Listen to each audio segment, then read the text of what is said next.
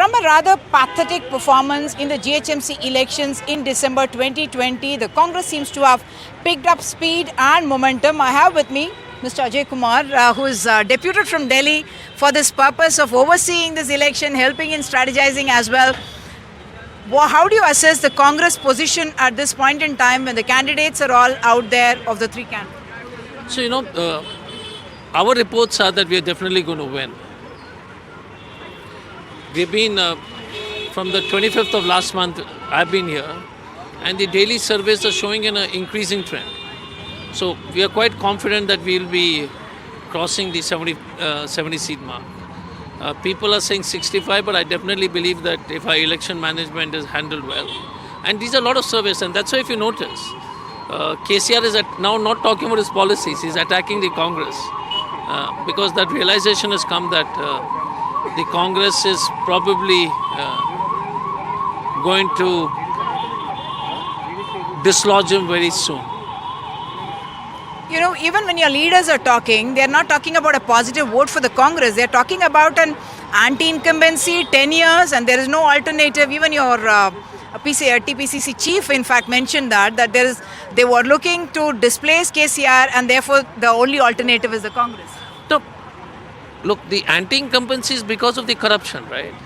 So our policies are, the policies of this government, and look at the 2 BHK is the best example.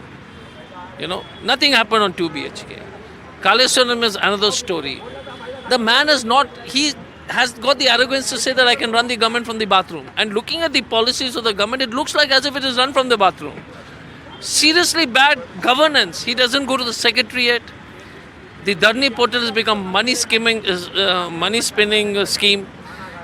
We have strong evidence to show BRS, BJP and MIM are together, and I'll tell you very interestingly why I'm saying this. MIM doesn't put up a candidate against Raja Singh, who spoke against the Quran and everything else. Very interesting. Goes all over the place only criticizing the Congress. The BJP was looking at Telangana as their bastion, as their battleground state, and they disappeared. There's no discussion of Bharatiya Janata Party. Wherever they're putting candidates to make sure Congress loses. So, BRS, BJP, we did the marriage function also. You may be aware of it. We distributed cards. Sorry, we couldn't invite you, but yeah.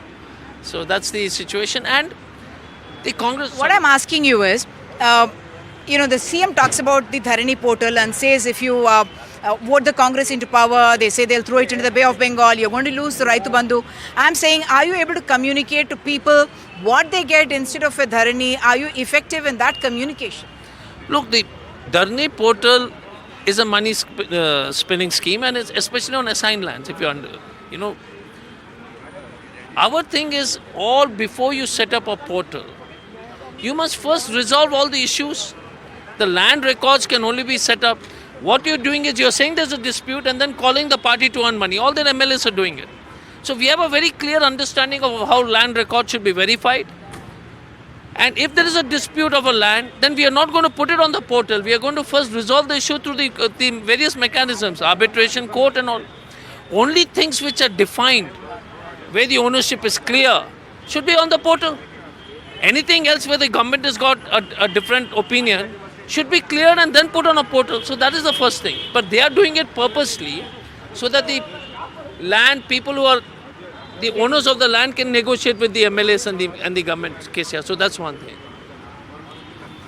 We are able to definitely communicate because there's a huge swell, inflation and unemployment.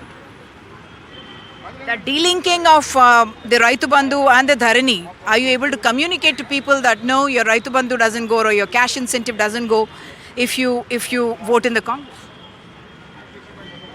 We are saying it repeatedly, that all schemes of the government will continue. We will reach out, Revanji will reach out, Bhatti Saab will reach out, Uttamji, all the big leaders, Sridhar Babu, all the Damodar Narasimha, everybody is saying the same thing. People are understanding the lies because the Congress has never reduced the scheme, Manrega. We don't say that we'll give you food then we'll reduce Manrega. We can only say something very clearly is there are 6 guarantees, which is actually 14 promises because each guarantee has got 2-3 sub-promises. Like free bus for women, 2,500 rupees is part of the women empowerment. I feel the people want change. They feel that the vision of Telangana has been totally ruined. There is a groundswell of support. I mean, I sense it.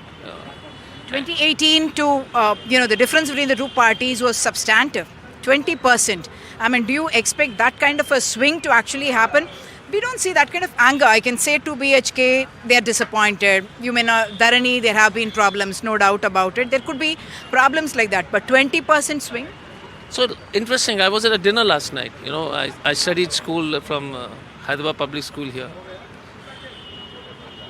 All those guys were a slightly, very, very well-off people who were in that crowd I had dinner with, school guys. They were hardcore BRS supporters and they were saying that there's a change happening. They were saying, and they told me categorically, Ajay boss, we are BRS, but we see the change. So if those guys from Hyderabad Public School who are, some of them money bags, if they sense a change and they're able to say that they can see it very clearly in the areas they have their homes, some of them own lots of land, then I think there's something happening definitely for sure. There's a change. And it's not what people say that, kate ke takkar and all. Once a wave starts, we have an unemployment express which we are supporting like all other parties. They're going over, they're getting huge responses. And the BJP's role here, I mean, it may not be a strictly tri-cornered contest, but it is all said and done. So the announcement of an OBC CM or the categorization, that Dalit categorization, subcategorization that the PM spoke about, how is it going to affect you? So the PM is incredible because he's one of the best actors in the world. 9.5 years he didn't do anything. And in this July, Narayan Swamy, the Minister for State for Social Justice in the Rajya Sabha, said we won't do subcategorization. The states won't agree on it. And PM, so we have announced in our manifesto we'll do subcategorization, but before that, Umar, it is necessary to do a caste census to understand, like Rahul Gandhi ji says, the X-ray. And we will do the caste census and we will make sure. We are talking about 75% reservation in private sector. Why should not a local person get a job? That is the other tricky thing that I was going to talk to you about, because if you're going to say 75% reservation, you're certainly going to scare industry away. Hyderabad, all said and done, has had a good image last few years. So, I won't like to talk to anyone else but Sudhir. Why should I have somebody from North India speaking to me on NDTV? You're very competent. You're from Telangana. So my view is very clear. There are lots of competent people. First, identify them. The cameraman, you. I mean, we've been following you all for so many years. Would I listen to somebody from Delhi? No. So our view is simple. Entry-level jobs, engineers, Java programmers, anything else. Why isn't it local? There's so much of engineering colleges. There's so many talented people. And if you do a quick dipstick in Tamil Nadu, they employ local people. It's one of the manufacturing hubs of this country. So all this is a myth. No capital gets scared. Capital only goes where they can make money. They are happy with subsidies for land. Okay, the final question on this one. From what I get, the feedback is that there is a lot of regard for the Congress party, but after the announcement of candidates, it's not working as well. So I think, look, there was some apprehension in some places, but if you notice, all the rebels withdrew.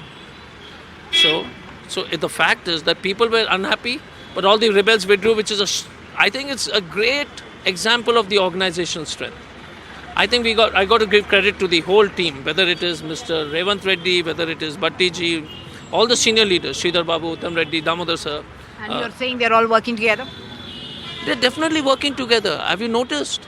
Except one or two sideward comments once in a while.